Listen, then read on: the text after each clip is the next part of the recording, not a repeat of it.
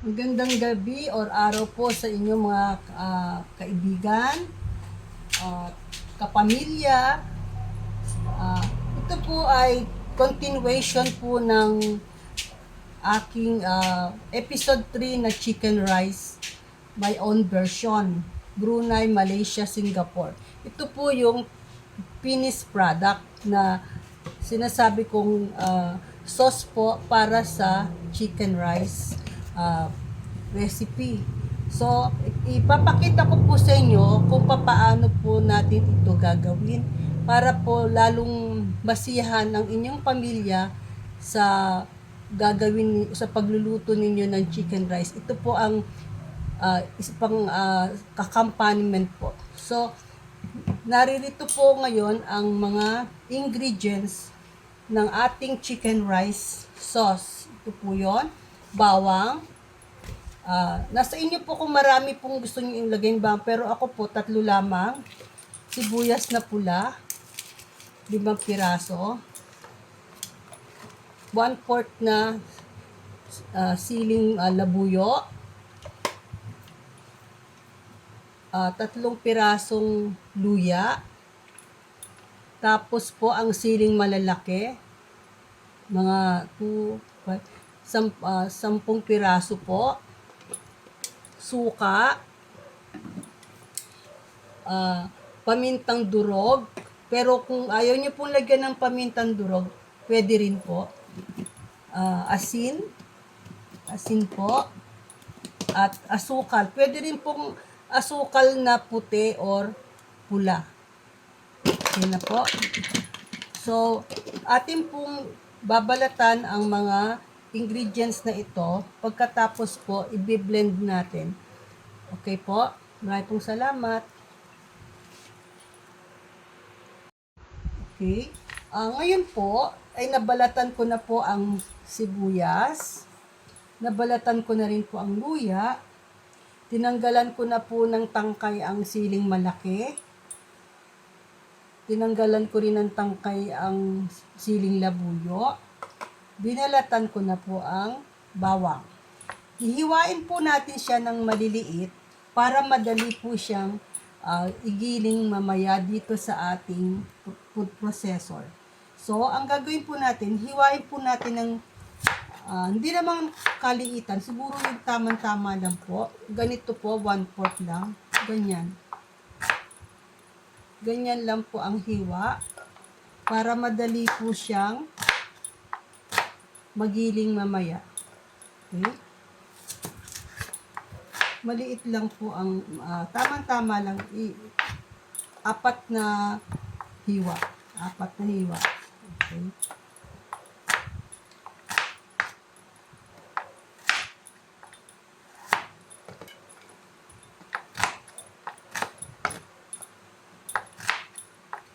Okay, nahiwa na po ang sibuyas.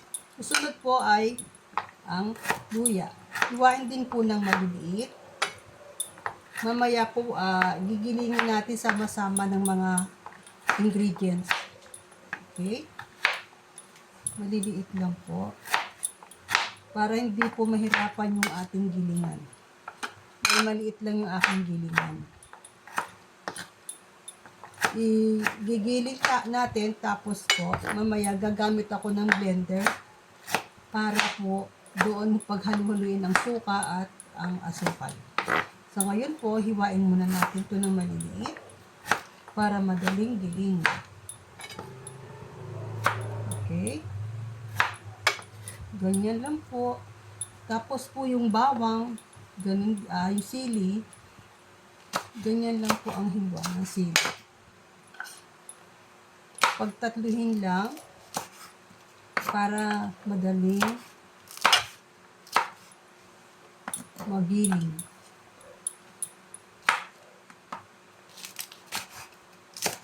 Pwede rin isama ang buto.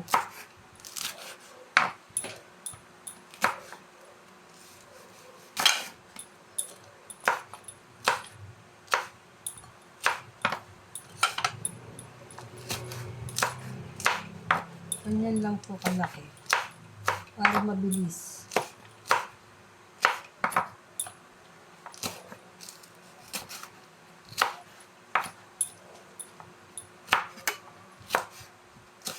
Okay, tapos po yung siling pula.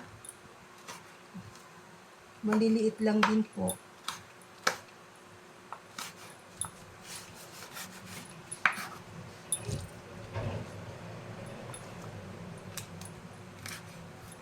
Ito po.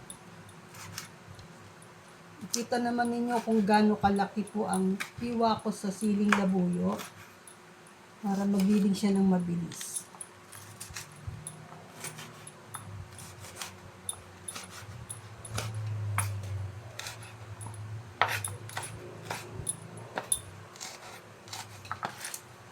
Diyan natin siya lalagyan. Saka, konti na lang.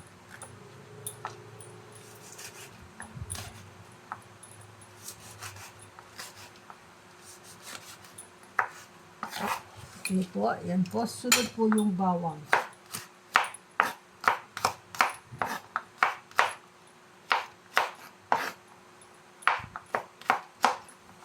Nabalatan na rin po ito.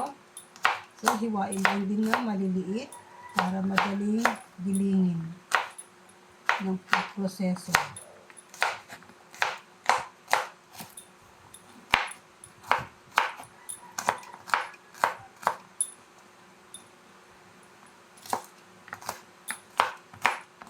Ganyan lang po. Tapos,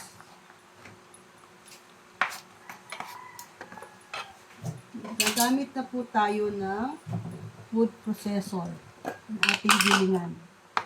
Tingnan po kung may tubig. Pag may tubig, punasan para po walang tubig. Okay. Unahin po nating igiling ang sibuyas at luya. Unahin natin siya igiling. Huwag po ilagay lahat. Huwag po ilagay sama-sama yung mga ingredients para hindi mahirapan yung proseso. Okay po.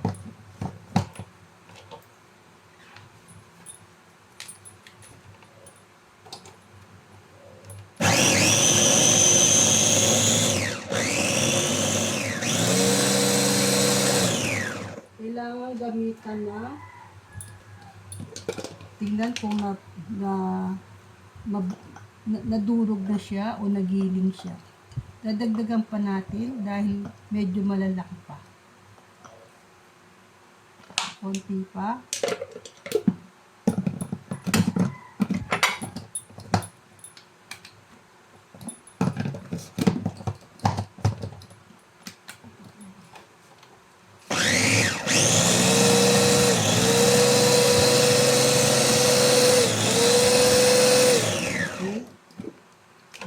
Giling na siya. Susunod po ay yung iba namang ingredients. Ganun din po, isa-isa para hindi po mahirapan yung gilingan.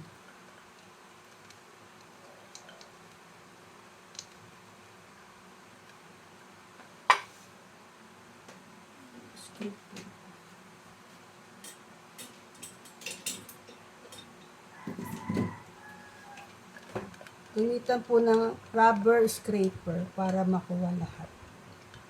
Pwede naman may maidagdag, okay? Sunod po ay ang sili. Siling maliliit.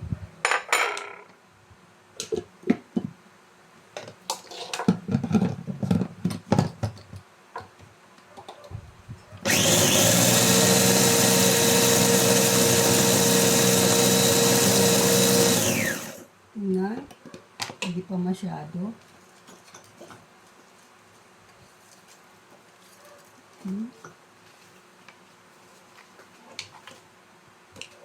Dagdag natin to para maging siya. Siling malaki at siling maliit. Labuyo.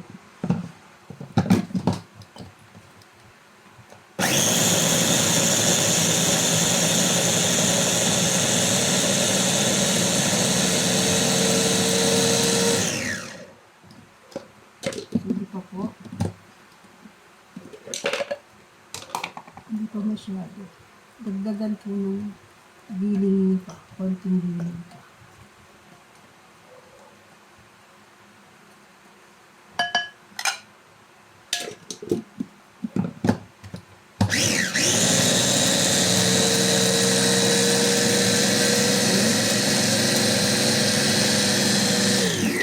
Okay, tapos na.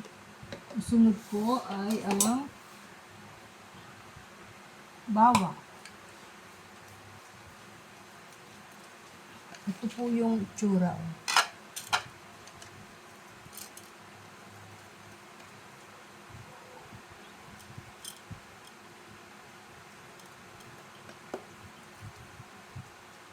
Para hindi po mahirapan yung machine, isa-isa lang po ang paggiling. Pagka po pinagsabay-sabay, mahihirapan yung machine, hindi po maduduro. Hindi siya magigiling ng maayos. So, isa-isa lang po.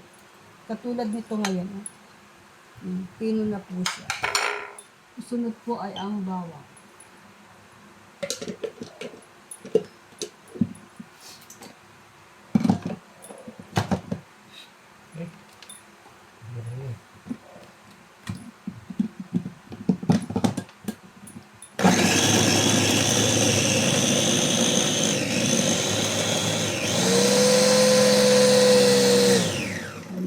Tingnan natin. Konti pa pong giling. Giling pa ulit.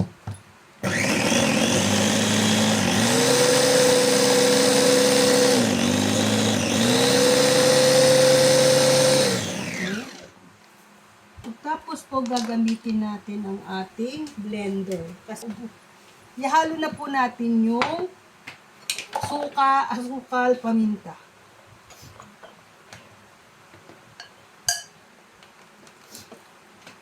Ngayon po gagamitan natin siya ng blender para po ma-mix mabuti ang mga ingredients. Ilalagay po natin sabay-sabay ang mga ingredients.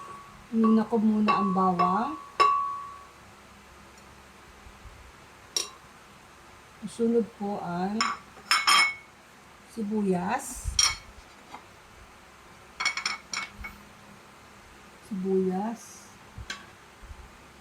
Hindi ko muna rin. Yan. Ganun.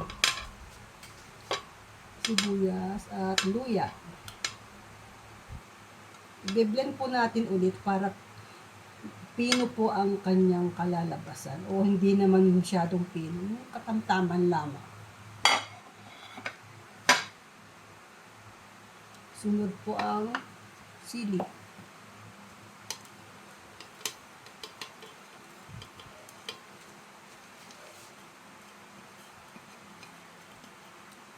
Okay. Tapos po lalagyan natin siya ng ng suka. Dalawa, tatlo, apat, 5, 6 na sandok. O dagdagan pa natin. Okay, halo. Lagyan po natin ng konting paminta. Mga isang kutsaritang konti lang po. Yan, para may amoy-amoy. Tapos po, asin. Konti lang din po asin. Isang kutsarang asin. Pero nasa sa inyo po yung kung gusto nyo na alat. Isa't kalahati lang nilagay ko. Mamaya titikman natin kung tama na. Tapos yung asukal po ay isang kutsara. 2 kutsara. 1, 2. Tapos po i-blend na natin.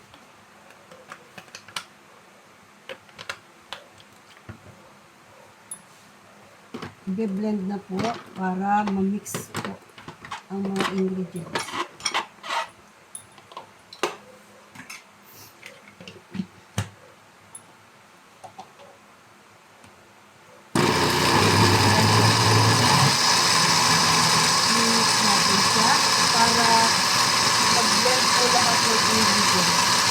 ginamit ko po ang blender para mas maganda ang kalalabasan. Kung wala naman po kayong blender, kahit gamitan na lang po ninyo ng mano-mano. O kaya po, mortar and pestle, yung bitbitan. Pwede rin gamitin yung bitbitan na bato o yung marble. Pwede rin po yun. Mga ilang minuto, mga 5 minuto. Tapos po, tigil na tayo. Tingnan natin kung okay na siya.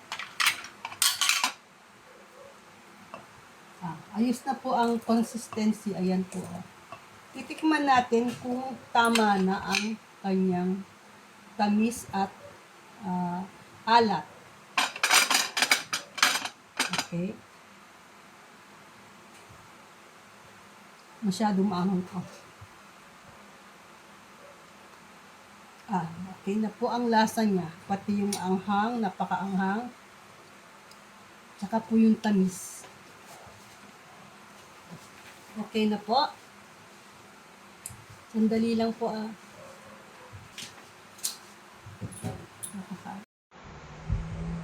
Ito po ang finished product. Ito na po yung finished product ng ating sauce. Yan po. Ngayon po, pag isa-serve na ninyo, sasamahan nyo po ng pipino, tapos kayo na po maglalagay ng toyo kung gusto nyo pong maalat-alat ng konti. Kasi ko ayoko ilagyan dito ng toyo, baka sumobra ang alat. So, pag isa-serve na po sa platito, kayo na po ang maglalagay ng toyo para po hindi masyadong maalat. Ilalagay po ninyo to sa refrigerator, sa shelf lang po, wag po sa freezer, para po magtagal siya.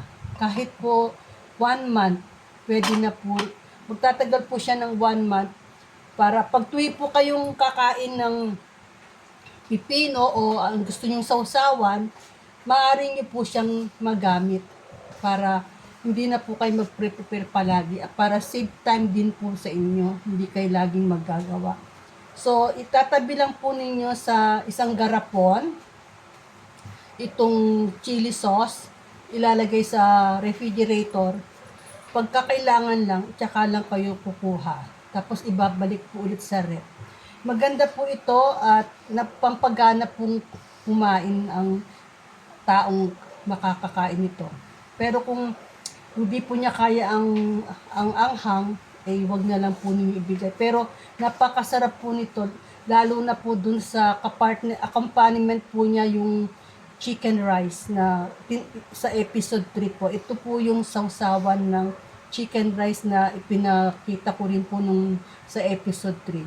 Kaya sana po ay makatulong po ito sa inyo at mapakinabangan din po ninyo. Pwede rin po itong maging negosyo. Ibebenta po ninyo yung bawat bote. Nasa sa inyo po yun. Itototal lang po ninyo kung magkano nagastos ninyo sa mga ingredients. So, pwede rin pong maging negosyo. Okay po? Sana po naibigan ninyo ang aking vlog ngayong araw na to. At paki-like po at saka subscribe po para sa akin. At marami pong salamat sa inyong panonood. At sana po ay natutuhan ninyo ang aking vlog sa araw na ito. Salamat po sa muli po nating pagkikita. At God bless po sa inyong lahat. Thank you po.